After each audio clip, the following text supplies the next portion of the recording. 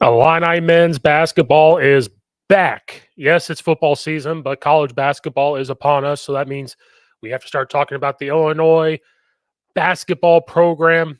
This is the ILL INI segment where we talk about everything in University of Illinois athletics, and we're going to do the best we can to talk about football, men's basketball, and even women's basketball. We're going to try to discuss all that here.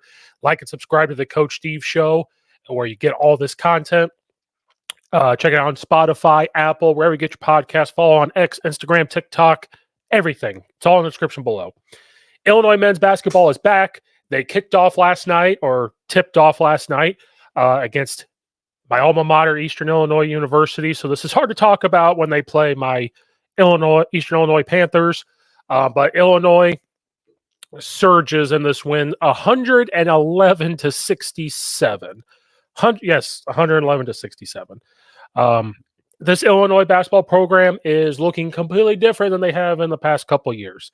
A lot of guys gone. Some guys have transferred out. They've recruited. They brought some guys in from the transfer portal. And then right before the tip-off, Ty Rogers, who has been a big part of the Illinois basketball program, decides to redshirt. Literally a couple hours before tip-off, decides to redshirt.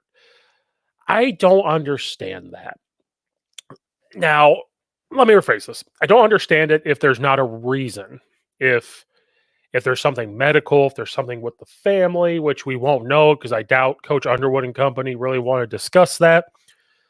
But I don't understand because this has happened in football. You've seen with he was the UNLV quarterback and others where they're promised money and then they don't get it. So they're going to redshirt and I don't understand that. You're screwing over your teammates. You're screwing over your coaches when you decide to redshirt at the last minute. I don't quite understand that. Now, if it is something medical, if it's something family related, I hope everything is good. But I don't understand the decision to decide to redshirt. You're literally tipping off the season. And you've been practicing with them in the off season and in the summer and decide to redshirt the rest of the year. So you're not going to play, which hurts the team because now they've planned to have you in the rotation, starting lineup. Now they've got to switch it up a little bit. I don't understand any of that.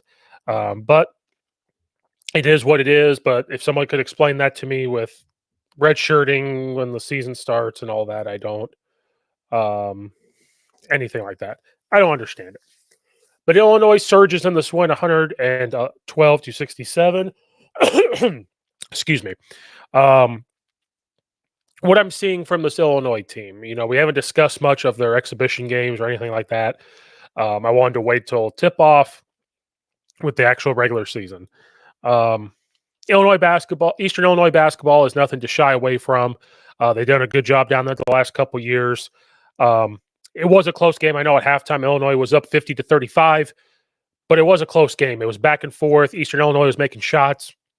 And at the time, I got a little bit concerned with shot selection. We were taking a lot of threes at the time, and we were not playing good defense. We weren't rotating well. We weren't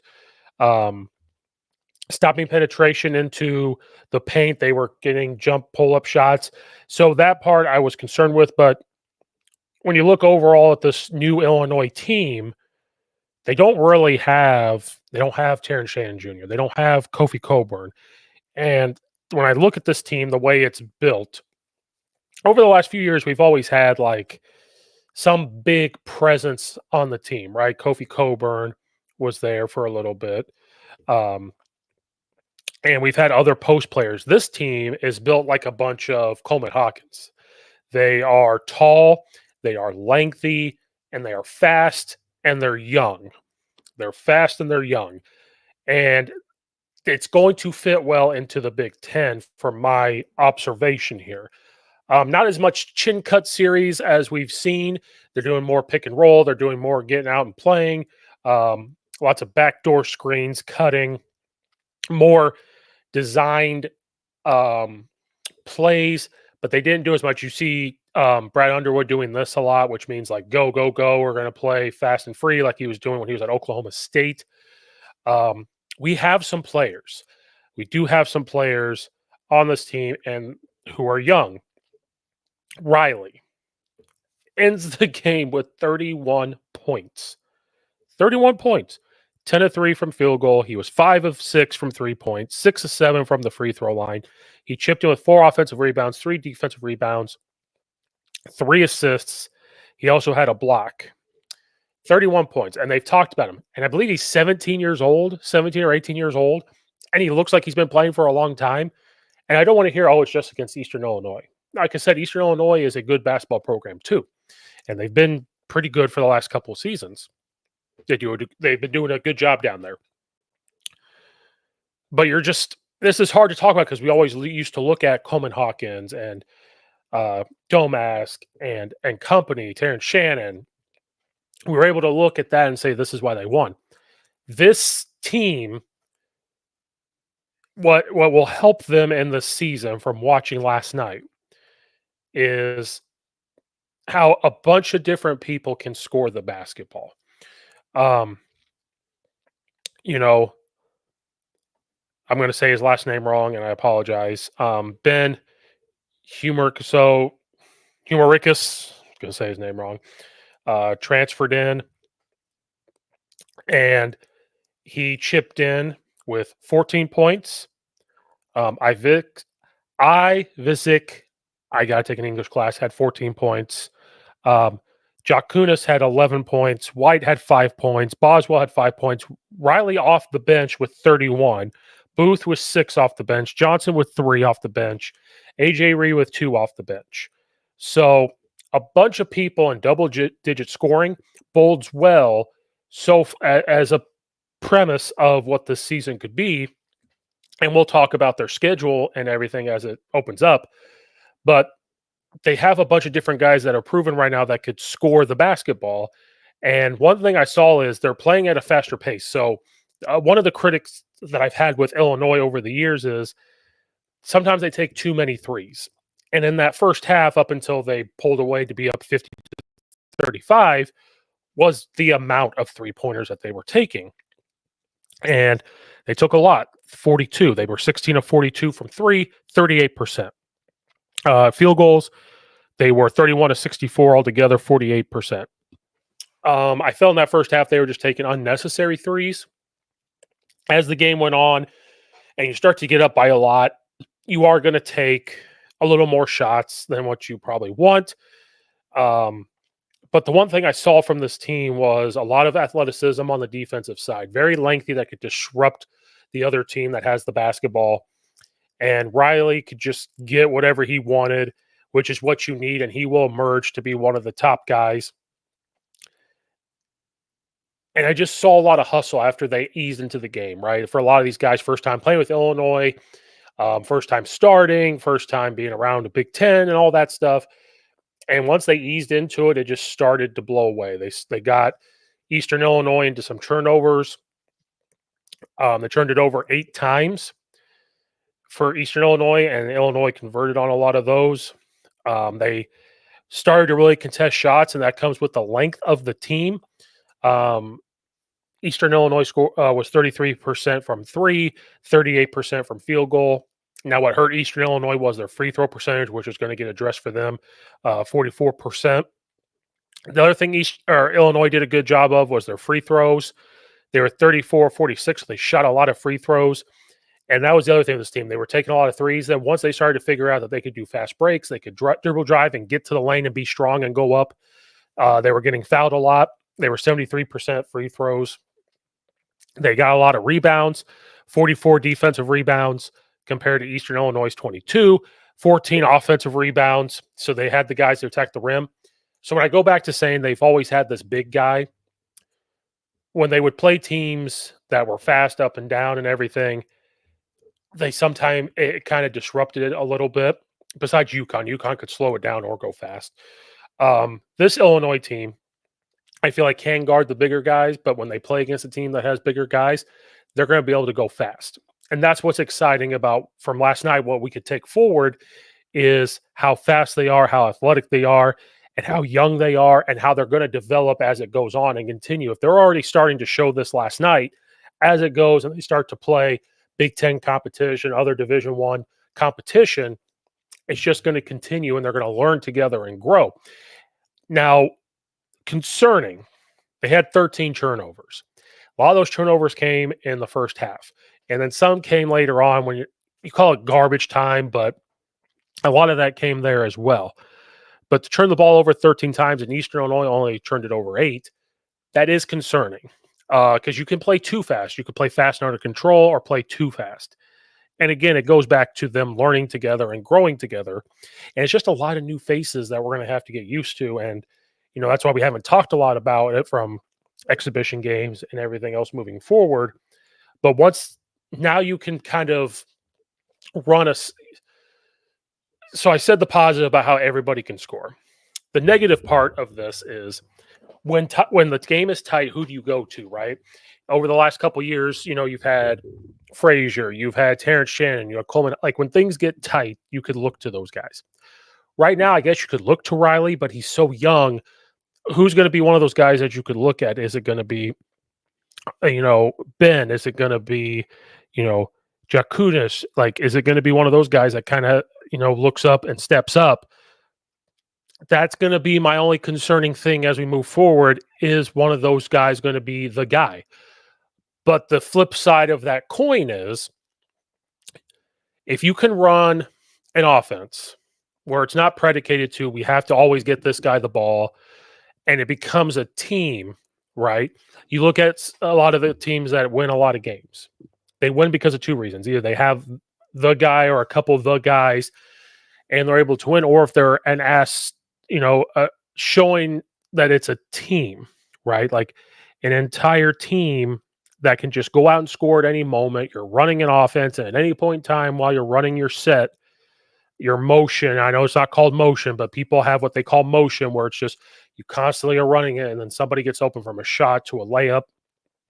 And if that's what they can provide, they're going to be growing and as a dangerous team. Illinois is not ranked this year so far, and that's because of the Big Ten being tough the way it is. You're adding Oregon now, you're adding UCLA, USC, Washington, like you're adding those teams into this. It just brings a lot different, more competition. And when you have so many new faces and guys that have left and everything else, and you have all these question marks, you're usually not ranked. And I think Coach Underwood likes it. I think he likes the fact that they're not ranked because they're not starting over, but you have that hint of they're starting over, but it's not starting over like when he took the job back and tried to get it to this point. This is starting over with just a new core guys that are young and they're hungry and they got good transfers in and guys that can step up and make plays when needed to, not to be, the guy like Terrence Shannon was, but they can step up and make plays when they're needed to. And that big aspect is how they're starting over. And if they can play as a team, and the fact that they showed that they can score 112 points, like that's a lot. And I don't care who they're playing, that's a lot. And have proven that they can do it like that, and has shown the world last night that they have guys that can put the ball in. They're not afraid to rebound. They're not and on defense. They're going to take chances, try to turn the ball over. They're going to swarm around. They're very lengthy. That just bodes well for as you get into Big Ten play because they have a decent schedule. Now, you could say at the beginning, not so much. Their next game will be on the 8th versus SIU Edwardsville and then Oakland. Now, Oakland upset a team last year, I believe, so that's not going to be a give me. Then you're going to play the number 2 ranked Alabama team. Alabama is that type of team that Illinois can be where it's a bunch of guys, right? It's a team. It's a team that believes in we're going to be fast on defense and we're going to get up and down the court as quick as we can and try to get a basket. And I think last night showed that Coach Underwood is able to adapt to that as a coach and kind of do what he wants to do like he did at Oklahoma State, but not force something on the team that they can't do, right? They're younger. He has to simplify it, and he kind of has to let their athleticism take over. Then they play MD Eastern and then Little Rock, and then we start to get into some of the meat and potatoes As of right now, number 16. They're number 16. They'll have to play Arkansas. They go to Northwestern, which is a much improved basketball team. Wisconsin, and then as of right now, number 12, Tennessee. So then you start to play those teams. Missouri. Then you get a team like Chicago State. And then you start to get into Big Ten play. More Big Ten play, I should say. Oregon, Washington, Penn State, USC, Indiana, Michigan State, Maryland. Like, you're going to have a lot of chances. And then as the year gets down there, you are going to host Duke, who is number 7 in the nation right now. And he's doing this because to be the man, you got to beat the man. Even though he feels like it seems like they're starting over, they have to play these teams to get prepared for the Big Ten championship. And I think we'll take some step back from what we have been the last couple of years, just because it's a bunch of new guys, bunch of new faces out there. They get used to how Coach Underwood coaches and his style. But one thing that you're going to have from a Coach Underwood team is they want to play fast. They're going to be physical, and they want to make you uncomfortable. And that's why he's got these guys that are lengthy and tall, like I keep mentioning. But that's big in today's college basketball. You need length, and you need guys with that length that can get to the rim. You know, we have guys that can shoot, but one thing from like last year was you had Terrence Shannon Jr. that could really get to the rim. Now you have a bunch of guys that can get to the rim, play 5 out, don't need a guy in the middle all the time, and just go. It's going to be fun to watch them and it's going to be fun to see them grow and develop together with these new faces. And it's just new guys that we got to get used to. You know, I'm so used to just having conversations about these players and starting the podcast, come out here and talking about these guys because they've been around for so long. Not this year. This year, we're going to have a bunch of new guys to be talking about. I don't know. Like I said, I don't know if they're going to be as good as last year, but it's going to be interesting and a fun year in that aspect. So last night they showed that they can score the basketball. They can move up and down pretty quick. Turning the ball over, they had a short memory. And that's what they're going to need, especially when on November 20th, when they host. I don't know if that's hosting or if it's a tournament, but they're going to play number 2 ranked Alabama. And they're going to need that when they play that type of team because it's going to be very similar and they're going to be much more experienced from their run that they had last year. So Illinois men's basketball is back. There's not much you could say more about the game other than once they felt the game out, credit to Eastern Illinois, of course, because they kept it really close. And you started to get a little frustrated if you're an Illinois fan saying they're keeping it pretty close, right? Back and forth. I think at one point, Eastern might have been up by 2 or something. They kept it really close, and then Illinois goes, wait a minute, this is how we're supposed to play. And they decided to play that type of set game. So we're going to try to continue to talk about them as the year goes on. I also coach basketball, so sometimes it's hard to watch these games and then talk about them, especially because some don't have times. But it's going to be fun to cover the Illinois men's basketball team and see what guys step up and develop and become, you know, the type of team I think they can be. There's still some question marks on what type of team they can be, but from watching last night, getting a little glimpse of it, that if they're confident and they're playing fast, they're going to compete with a lot of these teams. But I am curious to see what kind of younger mistakes they can make along the way. And it's going to come down to Coach Underwood. He's a great coach. He's going to have to coach a little bit harder maybe this year than he did last year because he had some experience. Now you have different experiences from the transfer portal, but you're going to have to coach them your way, not the way they have been coached. And some of these new guys that you're plugging in, whether they were with you last year and they were freshmen, now they're sophomores and everything else, you lose the leadership of Ty Rodgers beyond the court because he redshirted. You're going to have to coach a lot harder, I think, and a lot more. And I think that's probably exciting to him, right? Like, there's something to be said about having to coach, but like having guys on the floor that can coach and help make your job easier. But there's something said to saying, I have to coach like every single second of practice and every single second of this game. That's exciting for a coach. You know, it makes the competitiveness juices flow and everything. So Illinois got the big win. They play SIU Edwardsville at home on November 8th. We will try to talk about that game after, whether it's before or after or both.